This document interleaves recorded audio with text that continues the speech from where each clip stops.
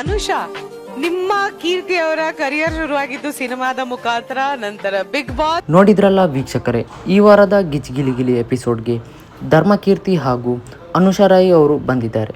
ಅದೇ ರೀತಿಯಲ್ಲಿ big boss season 12ರ ಸ್ಪರ್ಧಿ ಆದಂತಹ ರಿಷಾ ಅವರು ಕೂಡ ಬಂದಿದ್ದಾರೆ. ಇನ್ನೇನು ವೀಕ್ಷಕರೇ, ಇನ್ನು ಇವರು ಯಾವ ಕಾರಣಕ್ಕಾಗಿ ಬಂದಿದ್ದಾರೆ ಎಂದು ನೋಡೋದಾದರೆ, ಒಂದು ಮೂವಿಯ ಪ್ರಮೋಷನ್ಗಾಗಿ ಬಂದಿದ್ದಾರೆ. ಆದರೆ ಇವರು ಬಿಗ್ ಬಾಸ್ ಸ್ಪರ್ಧಿ ಆದ ಕಾರಣದಿಂದಾಗಿ ನೋಡಲಿಕ್ಕೆ ಈ ಒಂದು ಎಪಿಸೋಡ್ ತುಂಬಾ ಖುಷಿಯಾಗಿರುತ್ತೆ. ಹಾಗೆಯೇ ಧರ್ಮಕೀರ್ತಿ ರಾಜ್ ಹಾಗೂ ಅನುಷಾ ರೈ ಅವರ ಈ ಒಂದು ಪೇರ್ ಬಿಗ್ ಬಾಸ್ನಲ್ಲೇ ಇರುವಾಗಲೇ ಇವರ ಈ ಒಂದು ಪೇರ್ ತುಂಬಾ ಮೆಚ್ಚುಗೆಯನ್ನು ಪಡೆದಿತ್ತು.